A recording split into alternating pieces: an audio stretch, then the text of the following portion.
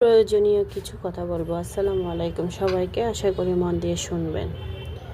একজন কুলে পিঠে করে মানুষ করলো, আর একজন বাপ মার ঘর ছাড়লো। দুজনেরই একই জায়গায় হয়েছে ঠিকানা। কেউ কাউকে সহ্য করতে পারে না, ছিল না তো জানা। মায়ের কথা শুনলে সন্তান শ্রেষ্ঠ, বউয়ের কথা শুনলে মা পায় কষ্ট। উচিত কথা বললে সংসারের বাজে 12টা।